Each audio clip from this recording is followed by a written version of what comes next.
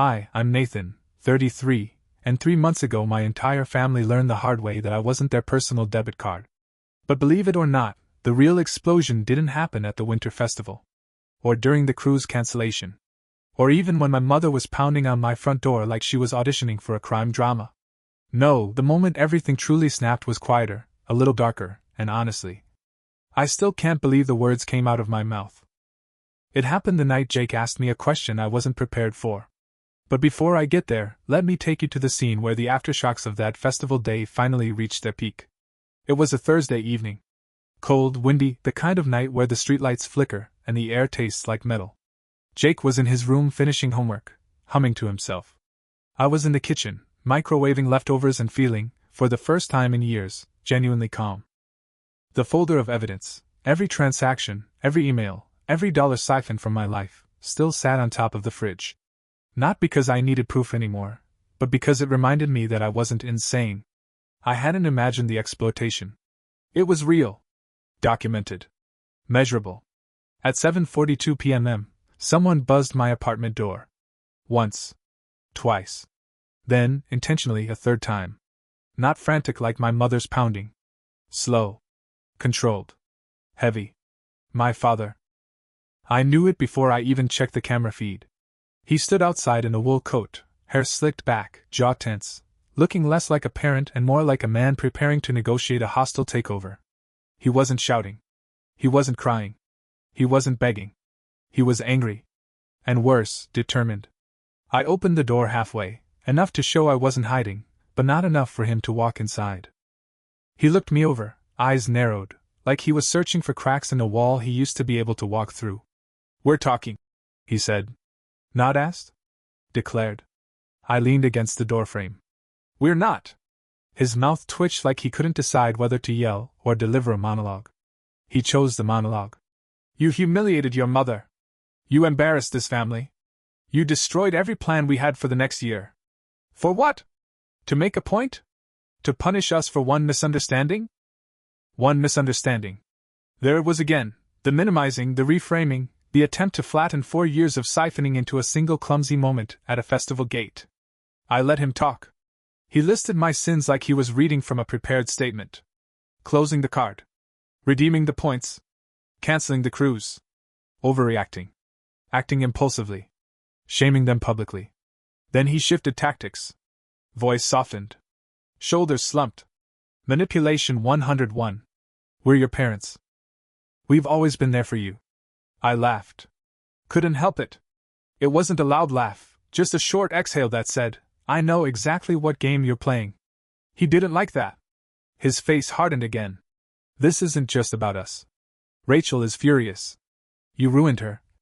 She ruined her own plans." I cut in. By standing there and letting them treat Jake like he was an extra in his own family.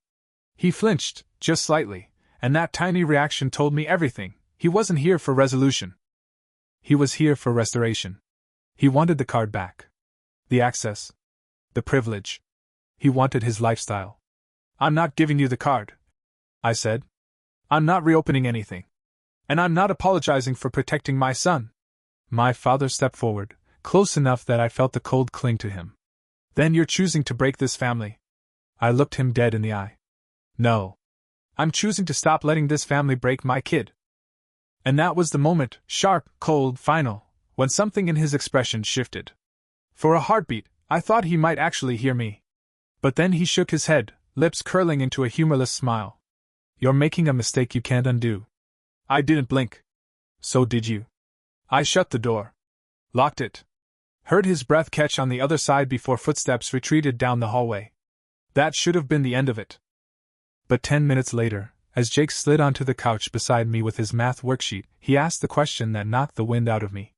"Dad, am I the reason they're mad at you?" That's where everything turned. And I don't mean dramatically, I mean tectonically. Because the way I answered changed our entire future. I didn't answer right away. I couldn't. Because the truth sat in my throat like a stone, heavy, sharp, impossible to swallow without bleeding somewhere inside. Jake had his pencil in his hand, tapping it lightly against his worksheet, pretending to focus on fractions while his eyes kept flicking up to me. Waiting. Bracing. Kids know. They always know. I took a slow breath and set his homework aside, turning toward him. He pulled his knees up, like he was preparing for an answer that might hurt. And God, the fact that my 8-year-old even expected that kind of answer from his family said everything about the mess I'd let go on too long. No, I said carefully. You are not the reason they're mad. You didn't do a single thing wrong. He didn't look convinced, not yet. He had that small, tight frown he gets when he's trying to solve a problem that feels bigger than him. But they said, I'm not a real grandkid. The words hovered between us. I felt them like a bruise reopening. I pulled him closer until his head rested against my shoulder. His hair still smelled like the shampoo he picked out himself. Dino bubbles. Neon green, absolutely awful, but somehow comforting. Because it was him. Mine. Real in every way that mattered. Jake, I said quietly. A real grandchild is someone who loves their family, and should be loved back. You meet that definition perfectly. If they don't, that's about them. Not you. He didn't respond right away. Just leaned into me, small and warm and trusting in that way that hits you in the chest because you know someday he'll grow up and the world will get sharper. And all you want is to blunt as many edges as you can before it happens. But they're mad, he murmured. They're mad at me, not you, I said. Because I finally told them no. He shifted a little. Because they used your card? That stopped me. For a second I thought, how much had he heard? How much had he pieced together? Kids don't miss things, even when you try to shield them. They absorb tone, tension, the way you close a laptop gently instead of snapping it shut. He'd probably seen the worry on my face for years and just didn't have the vocabulary for it. Yeah, I said honestly. Because of that. And because they treated you unfairly. He was quiet. So quiet I thought maybe he drifted into one of those deep, heavy kid thoughts. Then he spoke again, barely above a whisper. Do I have to see them again? And there it was, the tectonic shift. That question was the one I hadn't expected. The one I wasn't ready for. Because kids, they cling to hope. Even when people disappoint them. Even when adults stomp all over their self-worth, kids keep trying to love them anyway. For Jake to ask if he had to see them, he'd already done the emotional math. No, I said. No hesitation. No softening. You don't have to see anyone who makes you feel small.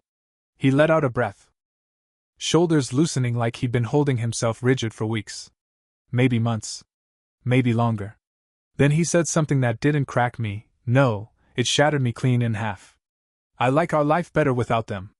And I swear, the silence after that felt like the first real peace my home had had in years. Later that night, after he fell asleep, I sat on the couch staring at the folder of evidence on top of the fridge. All that documentation, every dollar, every email, every ignored boundary, had originally been for me. A reminder. Proof. But now I understood something terrifying and freeing at the same time. Jake already had his answer. He already saw the truth. And no spreadsheet in the world could fix what my parents broke. That's why I didn't notice my phone buzzing on the counter until it lit up the whole room. A message from an unknown number. A message that wasn't from my parents, but about me. And it was the kind of message that made my stomach drop. The message came from a number I didn't recognize. No greeting, no introduction, just one line that made my whole chest tighten. Is this Nathan? I think we need to talk about your parents. At first, I thought it was some scam text. Then another bubble popped up before I could even respond. I'm the manager at Crestline Market. Your parents are here right now, and they're saying some things you should know about. My stomach dropped before I even finished reading. Crestline Market was the little grocery store 2 miles from my parents' house, the same store where they'd been running my card for years like it was a family tradition. The same place where the employees knew them by name. I typed back. What's going on? 3 dots appeared. Then disappeared. Then appeared again. Whoever this was, they were debating how much to say. That alone told me it wasn't good. Finally. They're telling customers and staff that you stole their credit card information and shut down their accounts out of spite. Your father is saying you're unstable. Your mother is crying loudly. We had to pull them aside because it was causing a scene. I closed my eyes. Let the frustration settle before the anger could rise. Because of course they were doing this. Of course they were trying to rewrite the narrative. They couldn't control me anymore, so they were trying to control the story. They're also saying you drained their points and stranded them without groceries or money, the manager added. I didn't want to get involved, but other customers were listening, and it felt unfair not to tell you. Unfair didn't begin to cover it. I thanked the manager, told them not to worry about contacting me again, and set the phone down. For a few seconds I just sat there. Let the quiet press against me. Let the anger simmer without taking over. Because this was the part of the story, the turning point, where old Nathan would have caved. Where I would have driven over there, apologized for making them upset, offered to fix everything, reinstated the card, undone every boundary I had finally set. But that version of me was gone. I'd buried him under spreadsheets and clarity, and the look on my son's face at the festival gate. Still, I wasn't prepared for what came next. A second unknown number. This one with an area code from 2 states away. Then a photo. A photo of my parents standing outside Crestline Market, my mother's face red and tear-streaked, my father pointing aggressively at the camera. And the caption under it. "Your parents just tried to get me to call the police on you." My heartbeat stuttered. Another photo arrived. This one of a police cruiser pulling into the parking lot. And then, "They're telling the officers you committed financial fraud." I stood up so fast I bumped the coffee table. Jake came out of his room, rubbing his eyes. "Dad? What happened?" I forced my voice to stay steady. "Nothing you have to worry about, buddy. Just go lie back down. I'll be right here." He nodded and went back to his room, trusting me, God help me, to protect him from things he didn't even realize were circling. I stared at the phone, trying to decide whether to call a lawyer, drive to the store, or just wait. My mind ran scenarios, each one worse than the last. But before I could act, my phone buzzed again. This time, it was my sister. "I just got a call from Mom. She says the police are asking for you." "Nathan, what did you do?" And that's when I realized something chilling. I wasn't defending boundaries anymore. I was defending myself. And the next move I made would change everything, not just for me, but for Jake. Rachel's text was still glowing on my screen when the next message came in. Unknown number, no greeting, just blunt urgency. "This is Officer Delgado with Crestline PD. Your parents reported an issue with a credit card account. We need to speak with you." I felt the shift immediately. The tension wasn't loud or dramatic. It was quiet and razor-sharp, sliding right under my ribs. My parents had actually tried to turn a lifetime of financial dependence into a police report. I called the officer back immediately. "Mr. Tanner," he answered, already sounding exhausted. "Your parents are claiming you closed their credit card and drained their rewards points." "My card," I said. "My name. My account. I can send proof." Behind him, I could hear chaos, my father's booming voice, my mother crying dramatically, the unmistakable echo of a public scene. "Sir," the officer continued carefully, "they're saying you used the account to manipulate them financially. Before this escalates, can you provide documentation? I have 4 years of statements, emails, and transaction histories prepared. I'll send them now." And for the first time since this whole disaster started, someone sounded relieved to hear the truth. He gave me an email address. I sent everything, the spreadsheets, the reimbursement logs, screenshots of text messages asking me to just put it on your card. The festival tickets redeemed with my points. 5 minutes later, my phone buzzed again. This time, Rachel. "Nathan, what is going on? Mom is sobbing at Crestline Market. Dad just told the police you hacked them." I closed my eyes. "Ratch, I closed my card. They've been using it for years without paying me back." "That's not what they're saying." "Because the truth makes them look bad," I said. "The lies make me look unstable." She didn't respond immediately. For Rachel, silence was louder than yelling. I could almost hear her sifting through every memory, every time Mom praised me for being so responsible, every time Dad joked about how lucky they were to have me around. I could hear, in that silence, the moment she realized those compliments were the wrapping paper on a gift that was never for me. Then, quietly, "Are you telling me Dad really called the cops on you?" "Not on me," I said. "On the version of me they made up." Another stretch of silence. "I'm coming over," she said finally. "I need to see the paperwork myself." When she arrived, she didn't knock gently, she tapped like someone afraid the door might bite. I opened it, and there she stood, mascara smudged, hair frizzy from the wind, breathing hard like she jogged the last block. She stepped inside without waiting for an invitation and spotted the folder immediately. "That's everything?" she asked. "Everything." She didn't sit. She didn't make small talk. She opened the folder like it was a bomb and she was checking for wires. Her eyes moved fast: statements, charges, cash reimbursements that stopped after year 2, point redemptions that skyrocketed. Her expression changed slowly. First confusion. Then disbelief. Then a dawning horror I recognized intimately, because I'd felt it myself months ago. "They spent $96,000 on your card?" she whispered. "Yep." "And never paid you back?" "Nope." She looked at me then, really looked. And something in her face crumpled, not like she was going to cry, but like she just realized the ground she'd been standing on her entire life wasn't solid. This is not what they told me," she said. "I know." She closed the folder gently, almost reverently. And then she said the last thing I expected to hear from her in a million years. "I don't think I recognize them anymore." Rachel didn't sit down right away. She just stood there holding the folder against her chest like it was radioactive, and she wasn't sure if she should drop it or protect it. Her eyes were moving, not at the papers but at the walls, the floor, the ceiling, everywhere except my face. That's how I knew she was shaken. Rachel only avoided eye contact when the truth had cornered her. Finally, she exhaled, long and trembling. "Nathan, why didn't you tell me any of this?" I shrugged. Would it have mattered? Her mouth opened, then closed. She had no answer. And that was answer enough. She sat at the table, hands clasped in front of her, staring at a spot in the wood grain like it held a map out of this mess. "They said you canceled the cruise out of spite," she whispered. "They said you were punishing them for one mistake." I let out a short laugh. "One mistake?" She winced. I know that's not true. I didn't know it was this bad." That was the part one hadn't expected, the shift, the crack in her loyalty.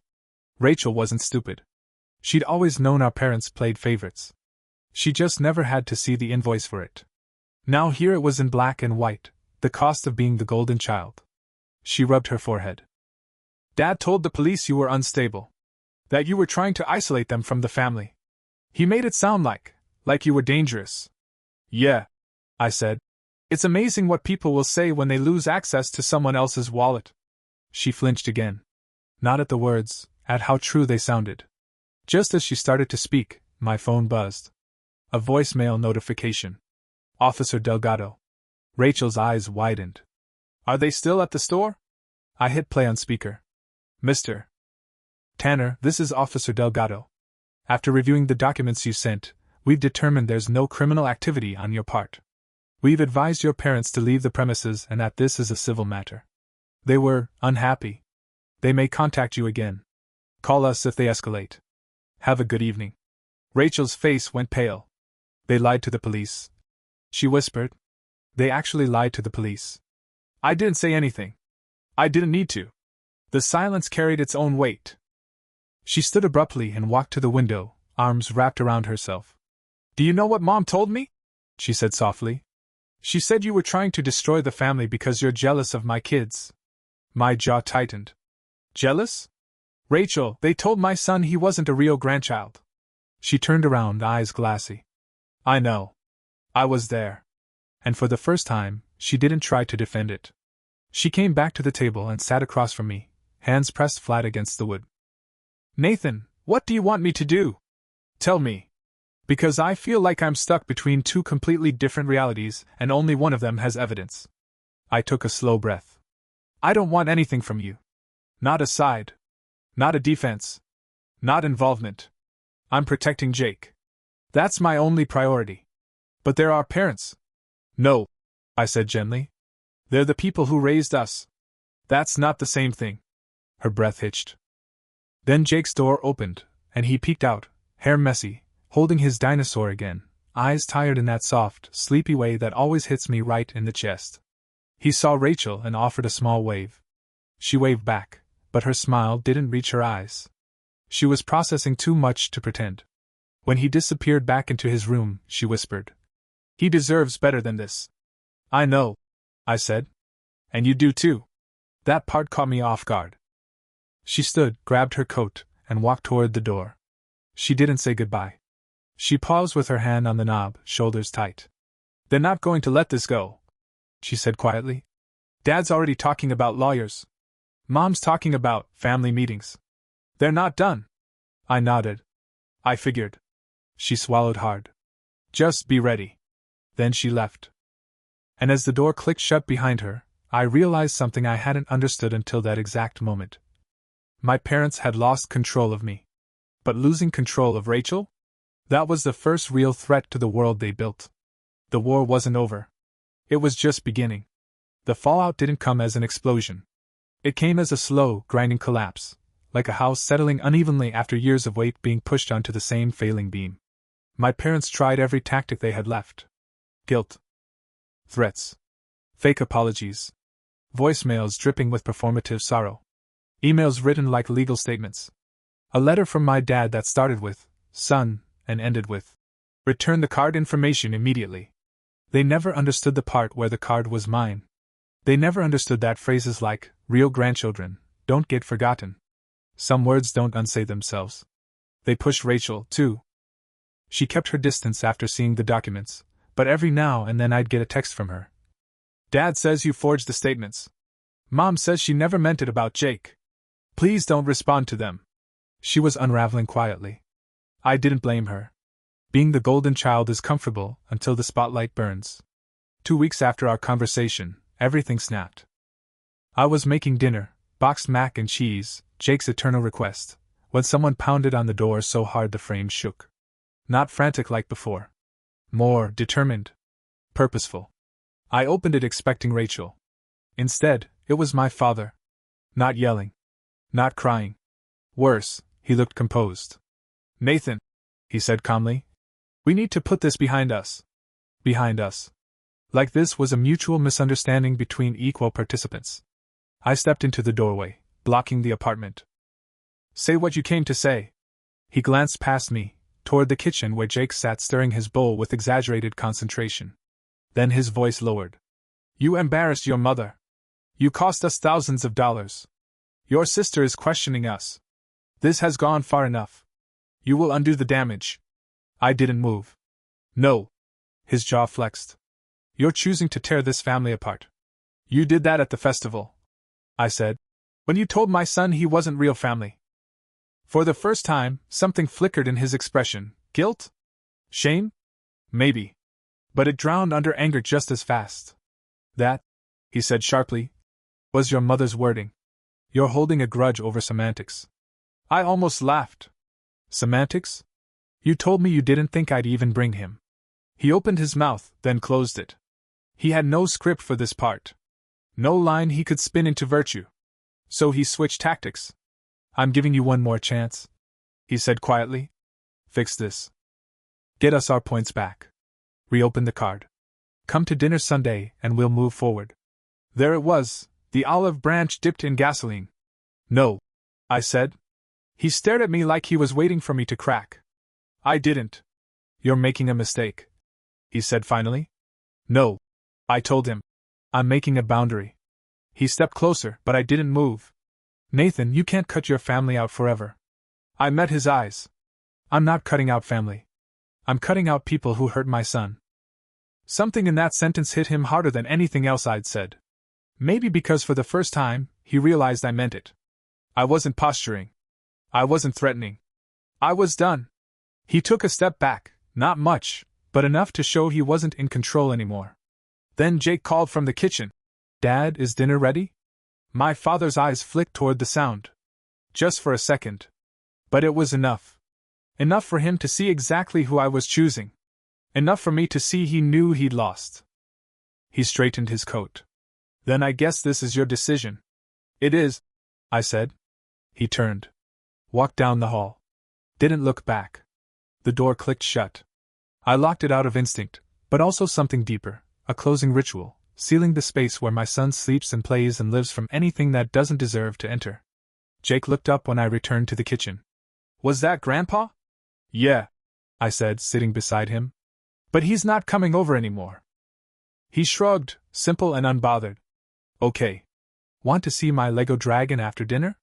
And just like that, the world snapped into its right size again. Tonight wasn't about them. It was about us. About the life we were building without someone else's hand gripping the steering wheel. A life where my son never again had to ask if he mattered. A life where I didn't have to justify my existence through financial usefulness. My parents lost access to my wallet. I gained access to my peace. Jake gained something even more valuable.